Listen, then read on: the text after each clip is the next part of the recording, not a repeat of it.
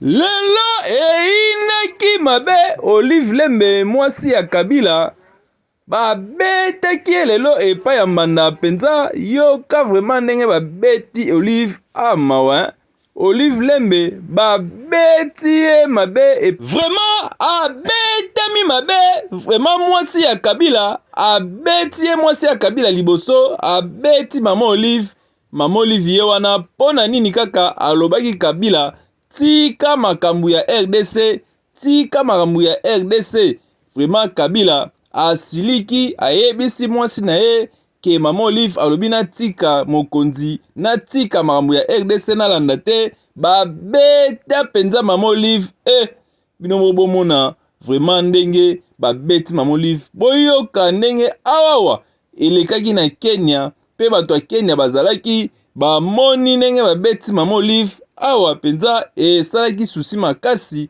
bolanda ndenge balobi na micro ya Lingala News. Bonjour peuple congolais, panzela ma vidéo.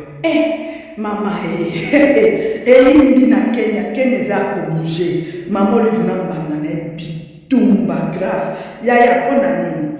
Mama Olive bakutie na ndako bamona Kanami. Mwasi ya Kanami ya liboso aye mama bana na ya liboso aye. Akuti Mama Olive na ndako bamona Kanami ba osolola.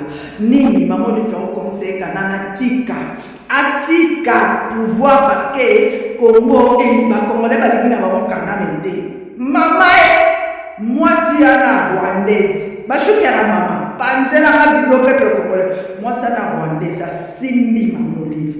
Yaya abeta Mama Olive ya ba video ezali na ocha na ba photo le couloir abeti Mama Olive katie ba pota katie suki ya pikolo akotisie ba mbeli na mutu yaya Mama Olive ba katie kovo akotisie echo le kaya 4 jours akotisie ba mbeli na mutu achubie ba mbeli so boki lobi Mama Olive akufi mwasa Kanami wana mama ba na kuso nde mutabunye Mama Olive tanto isa bino bokeba